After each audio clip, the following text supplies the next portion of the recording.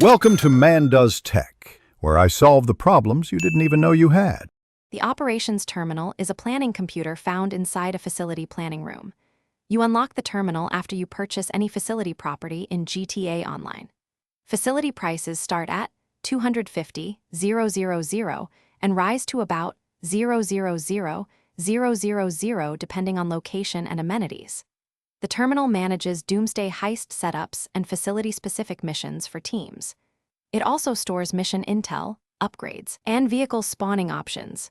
Use the terminal to start finales, assign roles, and track cut percentages for each player. To access the operations terminal, enter your facility through its main entrance or secure elevator.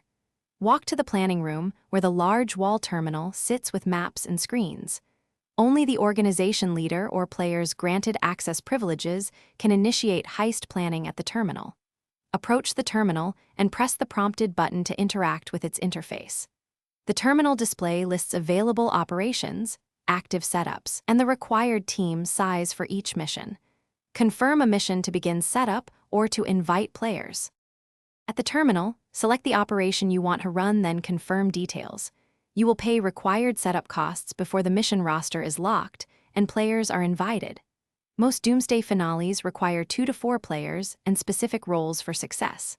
Final payouts change with difficulty settings and with the percentage splits you assign to participants. The terminal also spawns facility vehicles, assigns support upgrades, and marks prep objectives on your map. Complete setups to unlock the finale and collect your payout after successful completion. Thanks for watching. If you found this helpful, don't forget to like and subscribe.